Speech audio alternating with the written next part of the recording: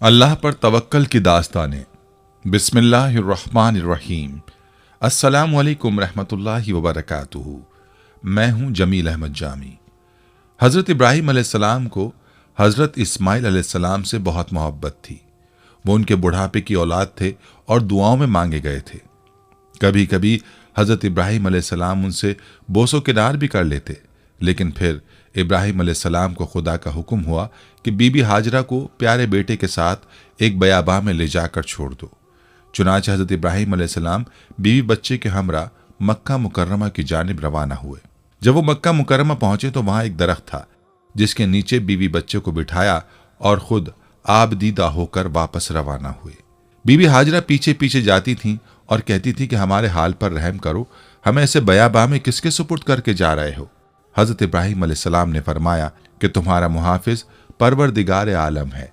ये सुनते ही बीबी साहिबा ने कहा कि हस्बी अल्लाह व तवक्कलतु अलल्लाह, मुझे अल्लाह काफ़ी है और मैंने उसकी ज़ात पर तवक्कल किया। फिर हज़रत इब्राहीम अलैहिस्सलाम ने हसरत से शाम का रास्ता इख्तियार किया और जब ऐसी जगह पहुँचे जहाँ से बीबी और प्यारा बच्चा नजर न आते थे, वहाँ खाने काबा की तरफ मुँह करके बड़ी आजिज़ी से उनके ईमान और रिस्क के लिए दुआ की। और ये उनका तवक्कल था कि अल्लाह ताला ने उनकी सब दुआएं कबूल फरमाई। हज़रत इब्राहीम अलैहिस्सलाम ने अल्लाह पर ऐसा तवक्कल किया और उनकी ज़ौजा ने भी अल्लाह पर भरोसा रखा, जिसके तुफैल एक पूरा शहर वहाँ आबाद हो गया और अहले मक्का पर हर तरह की नेमतें बरस पड़ी। आज हम एक ऐसे मौजू पर बात करेंगे जो हर मुसलमान के लिए बहुत अहम है। ये मौजू है अल्लाह पर भरोसा और अल्लाह पर यकीन। अल्लाह पर भरोसा और अल्लाह पर यकीन एक ऐसी चीज़ है जो हमारी ज़िंदगी को बेहतर बनाने में मदद कर सकती है। यह हमारी ज़िंदगी में खुशी, सुकून और इत्मीनान ला सकती है। यह हमारी ज़िंदगी में मुश्किलात और मसाइब को बर्दाश्त करने की ताकत दे सकती है। लेकिन अल्लाह पर भरोसा और अल्लाह पर यकीन क्या है, ये कैसे करें और इसका क्या फ़वाइद हैं? जब अल्लाह के अंबिया परेशानी में पड़े तो उन्होंने कैसे अल्लाह पर भरोसा रखा, फिर अल्लाह ने कैसे उनकी मदद की। हज़रत यूनुस अलैहिस्सलाम मछली के पेट में थे तो उन्होंने कैसे अल्लाह पर भरोसा रखा। जब हज़रत इब्राहीम अलैहिस्सलाम को आग में डाला जा रहा था तो उन्होंने कैसे अल्लाह पर एतमाद किया। जब मूसा अलैहिस्सलाम समंदर से पार हो रहे थे तो उन्होंने अल्लाह पर कैसे भरोसा रखा। इसी तरह आज की इस वीडियो में हम आपको अंबिया किराम, औलिया अल्लाह और सहाबा किराम के बेहतरीन वाक़यात बताएंगे कि उन्होंने अल्लाह पर कैसे भरोसा रखा और अल्लाह ने कैसे उनकी मदद की। इन सवालात के जवाबात आज हम अपनी आज की इस वीडियो में तफसील से बताएंगे। आपसे गुजारिश है कि वीडियो को आखिर तक ज़रूर देखिएगा। नाज़रीन, तवक्कल दरअसल अरबी ज़बान का लफ्ज़ है और इसके माने किसी काम या मामले को किसी के सुपुर्द करने के हैं या ये किसी पर मुकम्मल एतमाद किया जाए। इसलिए अरबी में अल वकील उसे कहते हैं जो दूसरों के काम की निगरानी करे। अल्लाह पर तवक्कल यानी भरोसा करना अंबिया किराम अलैहिमुस्सलाम के तरीक़े के साथ अल्लाह ताला का हुक्म भी है। कुरान और हदीस में तवक्कल अल्लाह का बार बार हुक्म दिया गया है, सिर्फ कुरान करीम में 7 मरतबा। वालल्लाहि फल्यतवक्किलिल मोमिनून फरमाकर मोमिनों को सिर्फ अल्लाह ताला पर तवक्कल करने की ताकीद की गई है। यानी हुक्म खुदाबंदी है कि अल्लाह पर ईमान लाने वालों को सिर्फ अल्लाह ही की ज़ात पर भरोसा करना चाहिए। जो भी असबाब मुहैया हों उन्हें उस यकीन के साथ इख्तियार करना चाहिए कि करने वाली ज़ात तो सिर्फ और सिर्फ अल्लाह ताला की है। हज़रत अय्यूब अलैहिस्सलाम ने जब अपनी तवील बीमारी के बाद अल्लाह ताला से शिफायाबी के लिए दुआ फरमाई तो अल्लाह ताला ने हज़रत अय्यूब अलैहिस्सलाम को हुक्म दिया कि वो अपने पैर को ज़मीन पर मारें। अब गौर करने की बात है, क्या एक शख्स का ज़मीन पर पैर मारना उसकी 20 साल की बीमारी की शिफायाबी का इलाज है? नहीं। लेकिन अल्लाह के हुक्म से ये कमज़ोर सबब इख्तियार किया जिसके ज़रिए अल्लाह ताला ने अपनी कुदरत से उनके ज़मीन पर पैर मारने से पानी का ऐसा चश्मा जारी कर दिया जिससे गुस्ल करने पर हज़रत अय्यूब अलैहिस्सलाम की 20 साल की बदन की मुतादिद बीमारियां ख़त्म हो गईं। नाज़रीन, हज़रत यूनुस अलैहिस्सलाम का जिक्र कुरान करीम की 6 सूरतों में आया है। सूरह निसा, सूरह इनाम, सूरह यूनुस, सूरह साफ़ात, सूरह अल-अंबिया, सूरह अल-क़लम। इनमें पहली 4 सूरतों में यूनुस अलैहिस्सलाम का नाम मज़कूर है और आखिरी 2 सूरतों में ज़ुन्नून और साहिबुल हूत यानी मछली वाला कहकर पुकारा गया। हज़रत यूनुस अलैहिस्सलाम एक अजीम और करीम नबी थे। उनका किस्सा कुरान पाक में एक अनोखा किस्सा है। हज़रत यूनुस अलैहिस्सलाम का ज़माना 784 से 860 क़ब्ल मसीह के दरमियान बताया जाता है। हज़रत यूनुस अलैहिस्सलाम के वालिद का नाम मती था और ये सैयदना इब्राहिम अलैहिस्सलाम की नस्ल से थे, लिहाजा ये इसराइली नबी थे। हज़रत यूनुस अलैहिस्सलाम की उम्र मुबारक 28 साल थी तो अल्लाह ने उन्हें मनसब नबूवत से सरफराज किया। उनको आशूरियों की हिदायत के लिए इराक भेजा। ये काफिर और मुशरिक लोग थे। इस कौम का मरकज़ उस वक्त नैनवा था, जिसके वसी खंडरात आज भी दरिया दजला के मशरक़ी किनारे पर आबाद मौसल शहर के ऐन मुताबिक पाए जाते हैं। हज़रत यूनुस अलैहिस्सलाम ने आशूरियों को वादहू ला शरीक लहू की दावत दी तो उन्होंने हज़रत यूनुस अलैहिस्सलाम को झुटलाया और बुतों की परस्तिश करने से इनकार कर दिया और ऐसे कुफर पर डटे रहे। फिर उन्होंने यूनुस अलैहिस्सलाम पर जुल्म सितम करना शुरू कर दिया। उन्हें धमकियां दी गईं और दावत हक का मजाक उड़ाया। तब यूनुस अलैहिस्सलाम उनकी मुसलसल मुखालफत से मुतासिर होकर कौम से खफा हो गए और उनको 3 दिन में आने वाले दर्दनाक अजाब इलाही की बद्दुआ दे दी। फिर तीसरे दिन आने पर पहले ही आधी रात को बस्ती से निकल गए। दिन के वक्त जब अजाब कौम के शहरों पर पहुंच गया तो उन्होंने हज़रत यूनुस अलैहिस्सलाम को तलाश किया, मगर वो ना मिले। हज़रत यूनुस अलैहिस्सलाम का अपनी कौम से नाराज़ होकर चले जाना हिजरत थी, मगर उन्हें इसका हुक्म नहीं दिया गया था। वह अजाब की इत्तला देने के बाद अल्लाह की इजाज़त के बगैर अपना इलाका छोड़कर चले गए थे। आसार अजाब देखकर जब आशूरियों ने तौबा इस्तग़फ़ार की तो अल्लाह ने उन्हें मुआफ़ फरमा दिया। कुरान मजीद में अल्लाह के दस्तूर के जो उसूल बयान किए गए हैं उनमें से एक ये भी है कि अल्लाह ताला किसी कौम को उस वक्त तक अजाब नहीं देता जब तक वो अपनी हुज्जत पूरी नहीं कर लेता। बस नबी ने उस कौल को मोहलत के आखिरी लम्हे तक नसीहत का सिलसिला जारी ना रखा और अल्लाह के मुकर्रर करदा वक्त से पहले वो खुद हिजरत कर गए तो अल्लाह ताला के इंसाफ ने उस कौम को अजाब देना गवारा ना किया, क्योंकि उन पर हुज्जत तमाम की शराइत पूरी ना हुई। तब उन्हें मुआफ़ फरमा दिया। हज़रत यूनुस अलैहिस्सलाम फ़रात के किनारे पहुंचे तो एक कश्ती को मुसाफिरों से भरा हुआ पाया। हज़रत यूनुस अलैहिस्सलाम कश्ती में सवार हो गए और कश्ती ने लंगर उठाया। पूरे दिन कश्ती समंदर में सुकून से चलती रही। अचानक ऊंची ऊंची लहरें उठने लगी। लोगों ने अपने साजो सामान समंदर में फेंक दिया कि कश्ती का बोझ कम हो जाए, लेकिन कश्ती का बोझ फिर भी कम ना हुआ। जब कश्ती डगमगाने लगी तो कश्ती के गर्क होने का यकीन होने लगा। अहले कश्ती ने अपने अकीदे के मुताबिक कहा कि ऐसा मालूम होता है कि कश्ती में कोई गुलाम अपने आका से भागा हुआ है। जब तक उसको इस कश्ती से जुदा ना किया जाएगा निजात मुश्किल है। हज़रत यूनुस अलैहिस्सलाम ने सुना तो उनको तंबी हुई कि अल्लाह ताला को मेरा नैनवा से वही का इंतज़ार किए बगैर इस तरह चले जाना पसंद नहीं आया और ये मेरी आजमाइश के आसार हैं। ये सोचकर उन्होंने अहले कश्ती से फरमाया कि मैं वो गुलाम हूँ जो अपने आका से भागा हुआ हूँ, मुझे कश्ती से बाहर फेंक दो। मगर मल्लाह और अहले कश्ती उनकी पाकबाजी से इस कदर मुतासिर थे कि उन्होंने ऐसा करने से इनकार कर दिया और आपस में तय किया कि कुरानदाजी की जाए। चुनाचे 3 मरतबा कुरानदाजी की गई और तीनों मरतबा कुरानदाजी में हज़रत यूनुस अलैहिस्सलाम का नाम निकला। तब मजबूर होकर उन्होंने हज़रत यूनुस अलैहिस्सलाम को दरिया में डाल दिया। जब वो खुद दरिया में कूद गए उस वक्त खुदा ताला ने मछली को हुक्म दिया कि इन्हें निगल लो, ये तुम्हारी ग़िज़ा नहीं है, इसलिए इनके जिस्म पर कोई तकलीफ नहीं होनी चाहिए। मछली ने यूनुस अलैहिस्सलाम को अपने पेट में निगल लिया। यूनुस अलैहिस्सलाम ने जब मछली के पेट में खुद को जिंदा पाया तो बारगाह इलाही में अपनी निदामत का इजहार किया कि क्यों वो वही इलाही का इंतज़ार किए बगैर, अल्लाह से इजाज़त लिए बगैर उम्मत से नाराज़ होकर नैनवा से निकल आए। हज़रत यूनुस अलैहिस्सलाम ने मछली के पेट में अल्लाह को पुकारा। उन पर 3 अंधेरे इकट्ठे हो गए थे, रात का अंधेरा, मछली के पेट का अंधेरा और समंदर का अंधेरा। अगर वो ये तस्बीह ना फरमाते तो क़यामत तक मछली के पेट में रहते।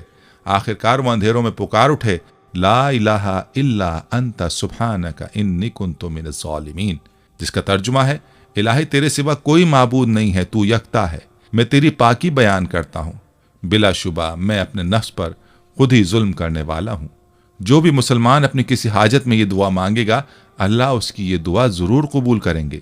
ये कबूल दुआओं में से एक दुआ है। इब्न हातिम में है कि हुजूर अलैहिस्सलातु वस्सलाम फरमाते हैं कि जब यूनुस अलैहिस्सलाम ने ये दुआ की तो ये कलिमात अर्श के गिर्द घूमने लगे। फरिश्ते कहने लगे कि ये बहुत दूर दराज जगह से आवाज़ आ रही है, लेकिन कान इससे पहले इससे आशना ज़रूर हैं। आवाज़ बहुत ज़ईफ़ है। अल्लाह ताला ने हज़रत यूनुस अलैहिस्सलाम की दर्द भरी आवाज़ को सुना तो फरमाया, क्या तुम इस आवाज़ को नहीं पहचानते? उन्होंने कहा नहीं। फरमाया, ये मेरे बंदे यूनुस की आवाज़ है। फरिश्तों ने कहा, वही यूनुस जिसके पाक अमल कबूल शुदा हर रोज़ तेरी तरफ चढ़ते थे और जिसकी दुआएं तेरे पास कबूल थीं। इलाही, जैसे वो आराम के वक्त नेकियां करता था तो उसकी मुसीबत के वक्त उस पर रहम करे। तो उसी वक्त अल्लाह ताला ने मछली को हुक्म दिया कि वो आपको बगैर किसी तकलीफ के समंदर के किनारे पर उगल दे। रिवायत में आता है कि यूनुस अलैहिस्सलाम मछली के पेट में 3 दिन, 7 दिन, 40 दिन या चंद घंटे तस्बीह करते रहे। चुनाचे मछली ने अल्लाह के हुक्म से समंदर के किनारे पर उगल दिया। हजरत अब्दुल्ला बिन मसूद रजी अल्लाह अन्हु फरमाते हैं कि मछली के पेट में रहने की वजह से उनका जिस्म ऐसा हो गया था जैसे कि परिंदे का पैदाशुदा बच्चा जिसका जिस्म नर्म होता है और जिस्म पर बाल तक नहीं होते। गर्ज यूनुस अलैहिस्सलाम बहुत नहीफ और नातवा हालत में खुश्की पर डाल दिए गए थे। इसके बाद अल्लाह ताला ने साहिल पर एक बेलदार दरख्त उगाया। हजरत अबू हुरैरा रजी अल्लाह अन्हु फरमाते हैं कि जब मछली ने यूनुस अलैहिस्सलाम को खुले मैदान में डाला तो अल्लाह ताला ने आप पर यक़तीन की बेल उगा दी। उनसे पूछा गया कि यक़तीन किसे कहते हैं? फरमाया कद्दू के पौधे को। इसके अलावा अल्लाह ने उनके लिए एक जंगली बकरी भेज दी जो ज़मीन की घास और जड़ी बूटियां खाती थी और सुबह शाम आपको दूध पिलाती थी, हत्ता कि आपकी तवानाई लौट आई। हज़रत यूनुस अलैहिस्सलाम दरख्त के साए में झोंपड़ी बनाकर रहने लगे। चंद दिनों बाद ऐसा हुआ कि उस बेल की जड़ में अल्लाह ताला की तरफ से कीड़ा लग गया और उसने जड़ को काट डाला। जब बेल सूखने लगी तो यूनुस अलैहिस्सलाम को बहुत दुख हुआ। तब अल्लाह ताला ने वही के जरिए उनको मुखातिब किया और फरमाया, यूनुस तुम इस बेल के सूखने पर कितने रंज का इजहार कर रहे हो, जो एक हकीर सी चीज़ है, मगर तुमने ये ना सोचा कि नैनवा की 1 लाख से ज्यादा आबादी जिसमें इंसान बस रहे हैं, उनके अलावा जानदार भी आबाद हैं, उसको बर्बाद और हलाक कर देने में क्या हमको कोई नागवारी नहीं होगी? और क्या हम उनके लिए इससे ज्यादा शफीक व मेहरबान नहीं है जितना कि तुझको इस बेल से उन्स है, जो तुम वही का इंतजार किए बगैर कौम को बद्दुआ देकर उनके दरमियान से निकल आए। एक नबी की शान के नज़दीक ये मुनासिब न था वो कौम के हक में अजाब की बद्दुआ करते और उनसे नफरत करके जुदा हो जाने में उजलत कर ले और वही का इंतजार भी ना करे। यूनुस अलैहिस्सलाम की बस्ती छोड़ देने के बाद नैनवा के लोगों को यकीन हो गया था यूनुस अलैहिस्सलाम की बस्ती छोड़ देने के बाद नैनवा के लोगों को यकीन हो गया था कि वो ज़रूर खुदा के सच्चे पैगंबर हैं और अब हलाकत यकीनी है। तब ही यूनुस अलैहिस्सलाम हमसे जुदा हो गए। ये सोचकर फौरन बादशाह से लेकर रियाया तक सबके दिल खौफ और दहशत से कांप उठे और यूनुस अलैहिस्सलाम को तलाश करने लगे ताकि उनके हाथ पर इस्लाम की बैत करें, और साथ ही खुदाए ताला से तौबा इस्तग़फ़ार करने लगे और हर किस्म के गुनाहों से किनारा कश होकर आबादी से बाहर मैदान में निकल आए और बारगाह इलाही में बुलंद आवाज़ में ये इकरार करते रहे, जिसका तर्जुमा है, ए हमारे रब, यूनुस अलैहिस्सलाम जो तेरा पैगाम हमारे पास लेकर आए हैं, हम उसकी तस्दीक करते हैं और हम उस पर ईमान लाते हैं। आखिरकार अल्लाह पाक ने उनकी दुआ कबूल फरमाई और उनको अज़ाब इलाही से महफूज रखा। बहरहाल यूनुस अलैहिस्सलाम को अल्लाह पाक ने सेहत और तंदुरुस्ती देकर अब दोबारा नैनवा जाने का हुक्म दिया कि कौम में रहकर उनकी रहनुमाई फरमाई जाए। चुनांचे हज़रत यूनुस अलैहिस्सलाम नैनवा वापस तशरीफ़ ले गए। कौम के लोगों ने जब उन्हें देखा तो खुशी का इजहार किया। हज़रत यूनुस अलैहिस्सलाम की ज़िंदगी नैनवा में ही गुजरी और वहीं उनका इंतकाल हुआ और वहीं उनकी कब्र थी, जो नैनवा की तबाही के बाद नामालूम हो गई। इस किस्से में सबक यह है कि किसी भी हाल में अल्लाह की रहमत से मायूस नहीं होना चाहिए और ना ही हिदायत के मामले में अपनी ज़ात पर भरोसा करना चाहिए। हिदायत तो बस अल्लाह ही की तरफ से है, आपके ज़िम्मे तो बस पैगाम हक पहुँचाना है। नाज़रीन, हज़रत मूसा अलैहिस्सलाम एक ग़ुलाम के बेटे थे। आप अलैहिस्सलाम कोई शहज़ादे नहीं थे बल्कि ग़ुलाम कौम के एक फ़र्द थे, लेकिन आप अलैहिस्सलाम की परवरिश बादशाह के महल में शहज़ादों की तरह ऐशो इशरत में हुई थी। आप किसी पर जुल्म होता नहीं देख सकते थे और हमेशा मजलूमों की मदद किया करते थे। एक दिन अपनी कौम के एक फ़र्द की मदद करते हुए आप अलैहिस्सलाम से नादानिस्ता दुश्मन कौम के एक शख्स का कत्ल हो जाता है, जिस पर आप पशेमान होते हैं और समझ जाते हैं कि यह शैतानी काम है जो आपसे अनजाने में सरजद हो गया। बेशक वो शैतान सरीहन बहकाने वाला दुश्मन है। इस बात का एहसास होते ही आप अलैहिस्सलाम अपने रब से माफ़ी मांगते हैं। कहते हैं, परवरदिगार, बेशक मैंने अपने नफ्स के लिए मुसीबत मोल ले ली है, तू मुझे बख्श दे। तो रब ने उन्हें बख्श दिया, बेशक वही बख्शने वाला मेहरबान है। दूसरे दिन सुबह आप अलैहिस्सलाम खतरे को भांपते और डरते हुए जब शहर पहुंचते हैं तो शहर के आखिरी किनारे से एक शख्स दौड़ता हुआ आता है और कहता है, मूसा, बेशक दरबार वाले आपके कत्ल का मशवरा कर रहे हैं, तो निकल जाइए। बेशक मैं आप अलैहिस्सलाम की खैर खाहों में से हूँ। यह खबर सुनते ही आप अलैहिस्सलाम डर कर वहाँ से चुपके से निकल खड़े होते हैं। साथ ही दुआ करते हैं कि ऐ परवरदिगार, मुझे जालिम कौम से बचा ले। आप अलैहिस्सलाम मदैन जाने का इरादा करते हैं और मदैन की तरफ रुख करके कहते हैं, मुझे उम्मीद है कि मेरा रब मुझे ठीक रास्ते पर डाल देगा। जब आप अलैहिस्सलाम मदैन के एक कुएं पर पहुंचते हैं तो देखते हैं कि वहां लोगों की एक जमात अपने मवेशियों को पानी पिला रही है और एक तरफ 2 औरतें अपनी बकरियों को रोक के खड़ी हैं। आप अलैहिस्सलाम उन औरतों से पूछते हैं कि तुम दोनों यूं क्यों खड़ी हो? तो वो दोनों कहती हैं कि जब तक ये चरवाहे अपने मवेशियों को पानी पिलाकर नहीं चले जाते, हम अपनी बकरियों को पानी नहीं पिला सकते और हमारे वालिद उमर रसीदा बुजुर्ग हैं। तो आप अलैहिस्सलाम खुद उनकी बकरियों को पानी पिला देते हैं, फिर एक साए की जगह पर बैठ जाते हैं और अपने रब से इल्तिजा करते हैं, परवरदिगार, जो खैर भी तू मुझ पर नाजिल कर दे, मैं उसका मोहताज हूँ। ये कहानी हज़रत मूसा अलैहिस्सलाम की नबूवत से सरफराज किए जाने से पहले की है। ज़रा अपने तसव्वुर में लाइए कि शाही महल में नाजो नाम से पला बढ़ा एक नौजवान अचानक अपना सब कुछ छोड़कर खाली तन्हा जान बचाकर मिस्र से निकलता है। नामालूम कैसी कैसी मुश्किलात और तकालीफ उठाकर सहराए सीना अबूर करता है। फिर वो कैसे इलाके में पहुंच जाता है जहां उसका ना कोई पुरसान हाल है और ना कोई वाकिफकार है, न सर छुपाने की जगह है, ना ही रोटी रोजी का कोई वसीला है। गोया गुर्बत और मोहताजी और मुफलिसी की इंतहा है।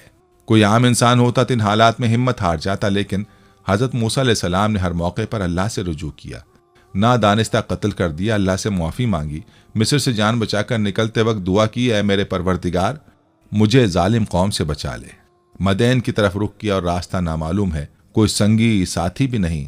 तो फरमाया, मुझे उम्मीद है मेरा रब मुझे ठीक रास्ते पर डाल देगा। और फिर कई दिनों तक थका देने वाला सफ़र तय करके जब मदैन पहुंचते हैं तो अपनी थकावट के बावजूद खिदमत खल्क सर अंजाम देते हैं। कमज़ोरों की मदद करने पर कमर बस्ता हो जाते हैं और दोनों औरतों को बकरियों को बगैर किसी मुआवजे के पानी पिला देते हैं। बकरियों को पानी पिलाने यानी नेकी का काम करने के बाद साय में जाकर आप अलैहिस्सलाम अपनी ज़िंदगी की सबसे बाबरकत दुआ मांगते हैं, परवरदिगार जो खैर भी तू मुझ पर नाजिल कर दे, मैं उसका मोहताज हूँ। हज़रत मूसा अलैहिस्सलाम जैसा मामला अगर हमारे साथ पेश आता तो हम कितने फ्रस्ट्रेशन, डिप्रेशन और जहनी इंतशार का शिकार होते। हमारी कैफियत क्या होती और हम क्या करते। अगर हम ऐसे में अपने रब से मांगते तो क्या मांगते, दुआ करते तो क्या दुआ करते। हम सब खूब जानते हैं कि हम क्या मांगते। हम अल्लाह से रोजी रोटी मांगते और सर छुपाने की जगह मांगते। लेकिन हज़रत मूसा अलैहिस्सलाम ना ही फ्रस्ट्रेट हुए, ना ही डिप्रेशन या जहनी इंतशार का शिकार हुए, ना हमारी तरह अपने रब से रोजी रोटी का सवाल किया और ना ही सर छुपाने के लिए कोई जाए पनाह मांगी, लेकिन एक ऐसी जामे दुआ की जिसमें सब कुछ अपने रब पर छोड़ दिया, सब कुछ अपने रब से मांग लिया। फरमाया, परवरदिगार जो खैर भी तू मुझ पर नाजिल कर दे, मैं उसका मोहताज हूँ। हज़रत मूसा अलैहिस्सलाम ने इस दुआ के ज़रिए अल्लाह ताला से हमें यह भी बता दिया कि खैर व बरकत आसमान से नाजिल होती है, उसका नाजिल करने वाला आसमान से ऊपर अपने अर्श पर मुस्तवी है। हज़रत मूसा अलैहिस्सलाम की ये दुआ इतनी बाबरकत साबित हुई कि एक तही दस्त मुसाफिर जिन्हें इस शहर में कोई जानने वाला भी नहीं था, वहाँ उन्हें फ़ौरन ही सब कुछ मिल गया। मसलन मुलाजमत, सर छुपाने की बेहतरीन जगह, दीनदार ख़ानदान, नेक बीवी और रूहानियत की तकमील के लिए एक जलील कदर हस्ती की सोहबत। और बाद में इस दुआ की बरकत से आप अलैहिस्सलाम नबुव्वत से भी नवाजे गए। ये होती है बरकत जो अल्लाह ताला पर तवक्कल करने से मिलती है। ये होती है बरकत जो दुआ करने से मिल सकती है। नेज़ तवक्कल करने वालों के बारे में फरमाने इलाही है जिसका तर्जुमा है, और अल्लाह उसे ऐसी जगह से रिज़्क़ अता फरमाता है जहां से उसका गुमान भी नहीं होता। और जो शख्स अल्लाह पर तवक्कल करता है तो वो अल्लाह उसे काफ़ी है। बेशक अल्लाह अपना काम पूरा करने वाला है। बेशक अल्लाह ने हर शय के लिए अंदाज़ा मुकर्रर फरमा रखा है। सूरह तलाक़। हज़रत मूसा अलैहिस्सलाम ने अल्लाह पर तवक्कल किया तो अल्लाह ताला ने भी उन्हें ऐसी जगह से वो सब कुछ अता कर दे जिसका गुमान इंसानी जहन किसी तरह कर ही नहीं सकता। आज भी जो शख्स अल्लाह पर तवक्कल और भरोसा करेगा तो अल्लाह ताला उसके हर जायज़ काम के लिए काफ़ी होगा।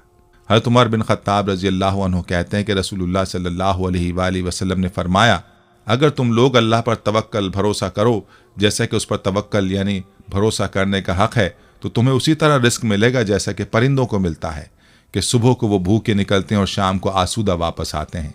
नाज़रीन, कुरान करीम ने जिस वाक़े को अहसनुल क़सस करार दिया है वो हज़रत यूसुफ़ अलैहिस्सलाम का वाक़या है जो अपने अंदर बहुत से सबक लिए हुए है।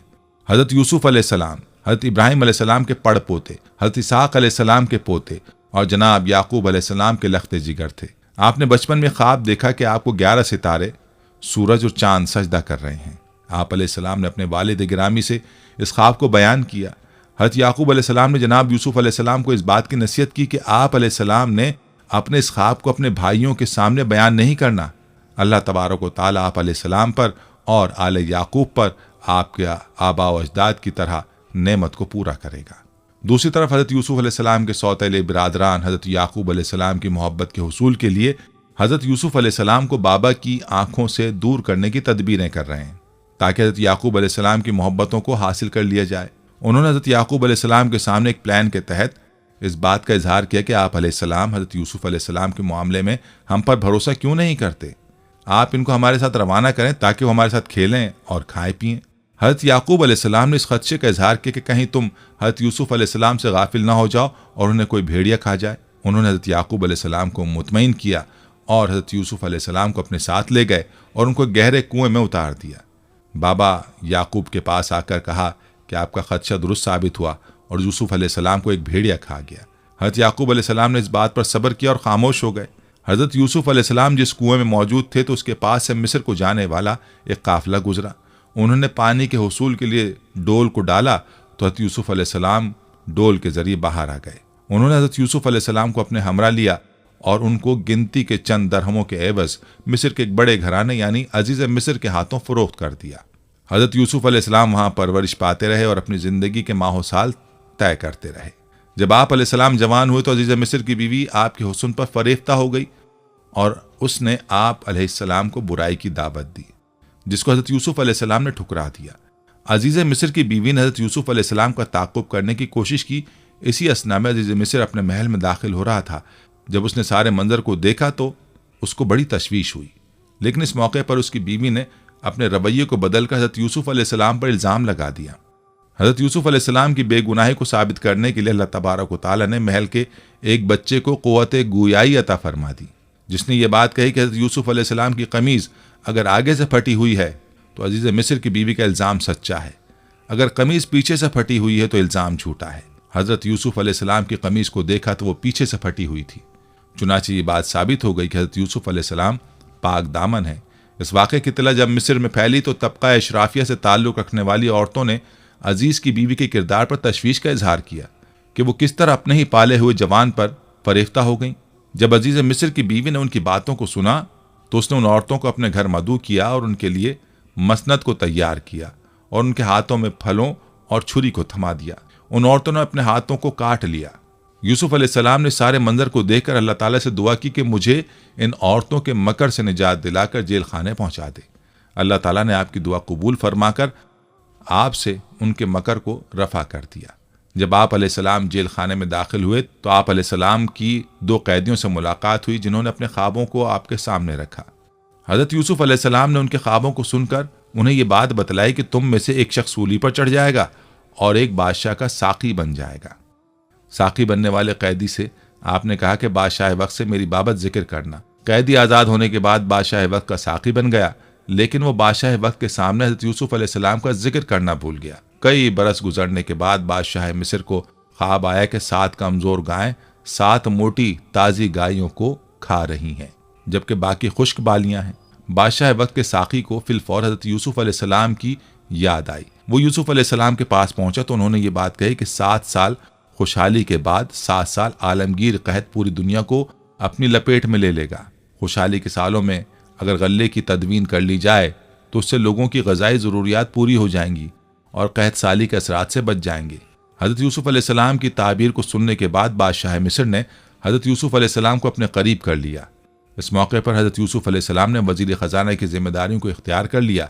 बाद अज़ां आप अजीज़ मिस्र बन गए और मिस्र के इंतज़ामी उमूर आप अलैहिस्सलाम के हाथ में आ गए। जब खुशहाली के सालों के बाद आलमगीर कहत ने पूरी दुनिया को अपनी लपेट में ले लिया तो जहाँ पर दुनिया के दीगर मकामात के लोग इसके ज़ेर असर आए, वहीं पर हज़रत यूसुफ अलैहिस्सलाम के भाई भी इस कहत के असरात की जद में आए। तो जब उन्हें इस बात की इत्तला मिली कि मिस्र से गल्ला मिल सकता है तो वो भी आप अलैहिस्सलाम से गल्ले के उसूल के लिए पहुँच गए। हज़रत यूसुफ अलैहिस्सलाम के सौतेले भाई उनके पास आए तो उन्होंने उनको पहचान लिया। उनको बातों बातों में उनके ख़ानदान के बारे में मालूमात ली और ये बात कही कि अगली मर्तबा जब तुम आओ तो अपने छोटे भाई को भी लेकर आना। जब हज़रत यूसुफ अलैहिस्सलाम के भाई जाने लगे तो उनकी पूंजी को भी उनके सामने डाल दिया गया। जब वो वापस पहुंचे तो उन्होंने जनाब याकूब अलैहिस्सलाम के सामने अजीज़ मिस्र की ख्वाहिश पर भाई बिन्यामीन को साथ चलने के लिए कहा। अजीज़ मिस्र की ख्वाहिश पर भाई बिन्यामीन को भी साथ लेकर जाने को कहा। हज़रत याकूब अलैहिस्सलाम इस बात पर आमादा ना थे, लेकिन जब सामान से पूंजी भी बरामद हो गई तो याकूब अलैहिस्सलाम हज़रत बिन्यामीन को साथ रवाना करने पर आमादा और तैयार हो गए।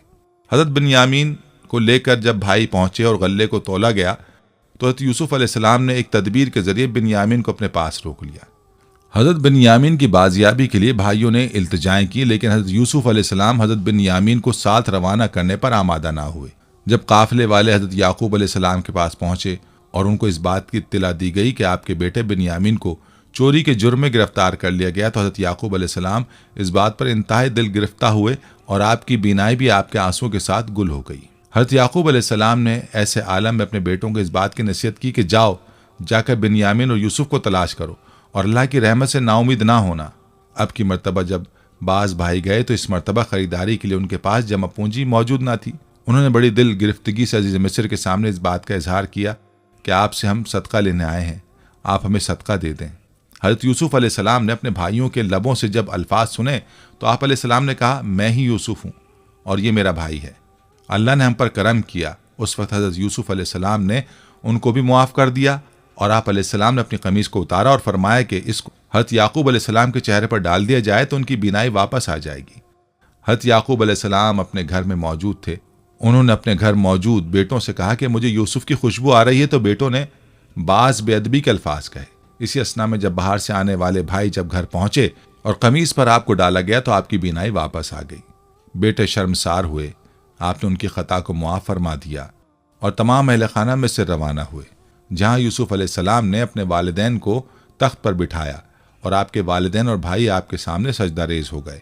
यूं हज़रत यूसुफ अलैहिस्सलाम के ख्वाब की ताबीर मुकम्मल हो गई। दोस्तों, हज़रत यूसुफ अलैहिस्सलाम का किस्सा सब्र और इस्तकामत और अल्लाह पर तवक्कल की उम्दा मिसाल है। हज़रत यूसुफ अलैहिस्सलाम ने हर बड़ी से बड़ी आजमाइश में अल्लाह पर भरोसा रखा। अल्लाह ने उन्हें कुएं से लेकर मिस्र के कैद खाने समेत हर जगह आजमाया। बिलाखिर अपने तवक्कल के बलबूते पर हज़रत यूसुफ अलैहिस्सलाम ने एक अज़ीमुश्शान सल्तनत पर हुकूमत की। दोस्तों, हज़रत मरियम अलैहिस्सलाम ने जब अल्लाह के हुक्म से बग़ैर बाप के हज़रत ईसा अलैहिस्सलाम को जना तो उनके लिए हुक्म खुदाबंदी हुआ कि खजूर के तने को हिलाएं, यानी हरकत दें।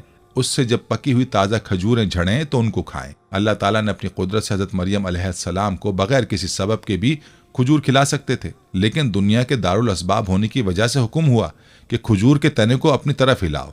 चुनांचे हज़रत मरियम ने हुक्म खुदाबंदी की तामील में खजूर के तने को हरकत दी। खजूर का तना इतना मजबूत होता है कि चंद ताकतवर मर्द भी उसे आसानी से नहीं हिला सकते, लेकिन सिन्फ नाजुक ने उस कमज़ोर सबब को इख्तियार किया तो अल्लाह ताला ने अपने हुक्म से सूखे हुए खजूर के दरख्त से हज़रत मरियम अलैहिस्सलाम के लिए ताज़ा खजूरें यानी ग़िज़ा का इंतज़ाम कर दिया। इस वाक़े से मालूम हुआ कि जो भी असबाब मुहैया हों, अल्लाह पर तवक्कल करके उन्हें इख्तियार करना चाहिए। असबाब तो हमें इख्तियार करने चाहिए, लेकिन हमारा भरोसा अल्लाह की ज़ात पर होना चाहिए कि वह असबाब के बगैर भी चीज़ को वजूद में ला सकता है और असबाब की मौजूदगी के बावजूद उसके हुक्म के बगैर कोई भी चीज़ वजूद में नहीं आ सकती। हज़रत इब्राहीम अलैहिस्सलाम को जलती हुई आग में डाला गया। जलाने के सारे असबाब मौजूद थे, मगर हुक्म खुदाबंदी हुआ कि आग हज़रत इब्राहीम अलैहिस्सलाम के लिए सलामती बन जाए, तो आग ने उन्हें कुछ नुकसान नहीं पहुंचाया, बल्कि वो आग जो दूसरों को जला देती है हज़रत इब्राहीम अलैहिस्सलाम के लिए ठंडी और सलामती वाली बन गई। इसी तरह हज़रत इस्माइल अलैहिस्सलाम की गर्दन पर ताकत के साथ तेज छुरी चलाई गई, मगर छुरी भी काटने में अल्लाह के हुक्म की मोहताज होती है। अल्लाह ने उस छुरी को हज़रत इस्माइल अलैहिस्सलाम की गर्दन को ना काटने का हुक्म दिया था, लिहाजा काटने के असबाब की मौजूदगी के बावजूद छुरी हज़रत इस्माइल अलैहिस्सलाम की गर्दन नहीं काट सकी। हज़रत अनस बिन मालिक रज़ी अल्लाह अन्हु फरमाते हैं कि एक शख्स ने रसूलुल्लाह सल्लल्लाहु अलैहि वसल्लम से पूछा, क्या ऊँटनी को बांध कर तवक्कल करूँ या बगैर बांधे?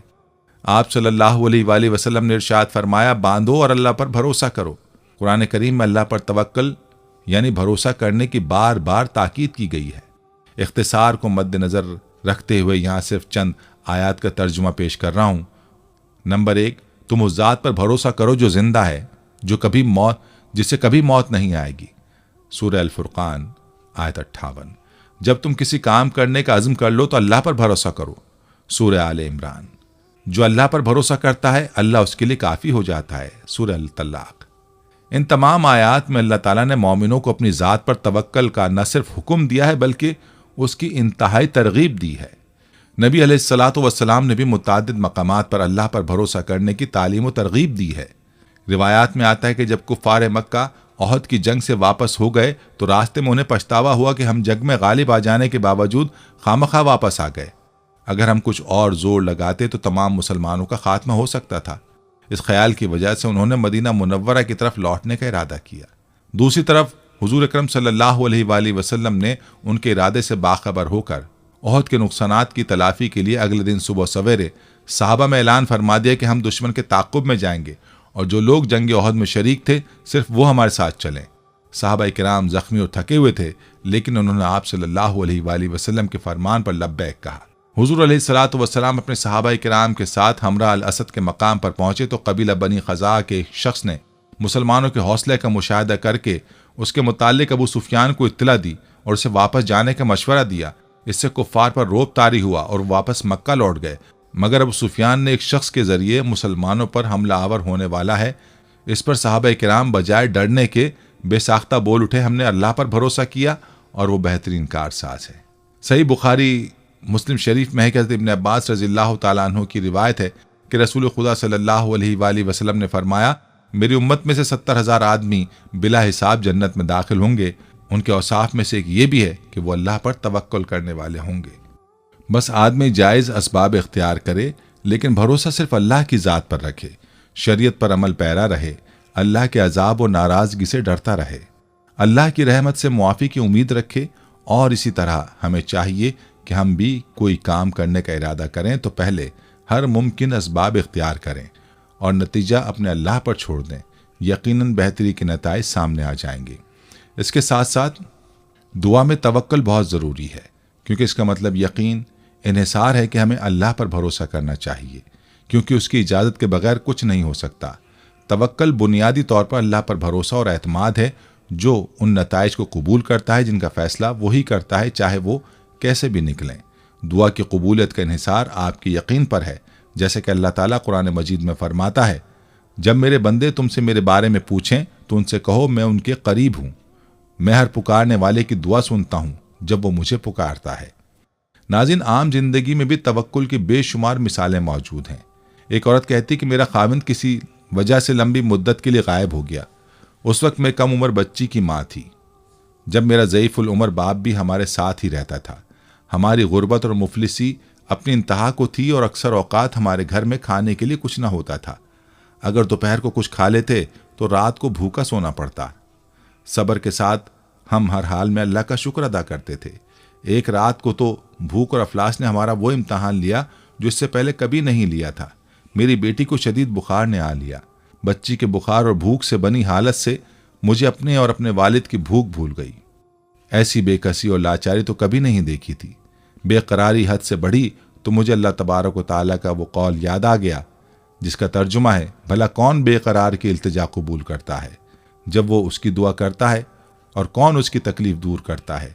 जी हाँ, हर किस्म की तकलीफ, चाहे वो भूख की हो या बीमारी की या गुर्बत और अफलास और गुनाहों की, कौन है उस ज़ात पाक के सिवा जो इन सब तकलीफ़ों को दूर कर सकता है।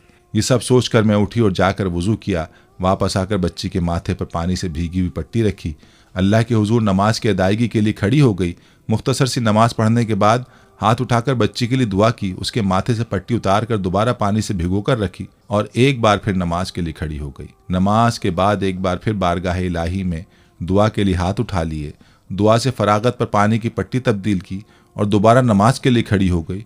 ये अमल मैंने कई बार किया। जब मैं ये सब कुछ बार बार दोहरा रही थी तो किसी ने दरवाज़ा खटखटाया। इस हैरत के साथ, भला रात के इस पहर कौन हो सकता है? मेरे वालिद ने पूछा, कौन? और जवाब आया, मैं डॉक्टर हूँ। मैं और मेरा वालिद, हम दोनों एक दूसरे को हैरत से देख रहे थे कि इसको किसने बुलाया। मेरे वालिद ने जाकर दरवाज़ा खोला। डॉक्टर ने आते ही पूछा, मरीज़ा किधर है? हमने सादगी से बच्ची की तरफ इशारा कर दिया। डॉक्टर ने बच्ची को चेक किया, कागज़ पर एक नुस्खा लिखकर मेरे हाथ में थमाते हुए बोला, लाइए मेरे फ़ीस दीजिए और मैं चलता हूँ। मैंने आस्तिकी से जवाब दिया, डॉक्टर साहब, हमारे पास तो आपको देने के लिए फ़ीस या पैसे नहीं है, बल्कि हमारे पास तो कुछ भी नहीं है। मेरा ये जवाब सुनते ही डॉक्टर झल्ला उठा और गुस्से से तकरीबन धाड़ते हुए बोला, अगर फ़ीस देने के लिए पैसे नहीं थे तो मुझे आधी रात को फ़ोन करके क्यों बुलाया था? क्यों मुझे इस तरह बेआराम किया तुम लोगों ने? डॉक्टर के मुंह से टेलीफोन का सुनकर मुझे लगा कि डॉक्टर गलती से हमारे घर आ गया है।